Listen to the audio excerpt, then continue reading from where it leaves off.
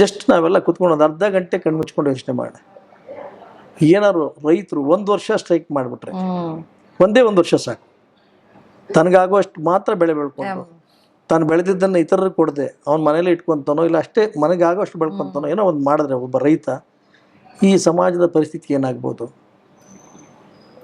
ನಮಗೆ ಬೇಡದೇ ಇರತಕ್ಕಂಥ ವಸ್ತುಗಳಿಗೆಲ್ಲ ಒಂದು ನಿಗದಿತವಾದ ವ್ಯಾಲ್ಯೂ ಇದೆ, ಆದರೆ ಅತ್ಯಂತ ಅವಶ್ಯಕತೆ ಇರತಕ್ಕಂಥ ವಸ್ತುಗೆ ವ್ಯಾಲ್ಯೂ ಇಲ್ಲ. ಅದನ್ನು ಉತ್ಪಾದನೆ ಮಾಡಿದ ಮನುಷ್ಯನಿಗೆ ಕೂಡ ವ್ಯಾಲ್ಯೂ ಇಲ್ಲ.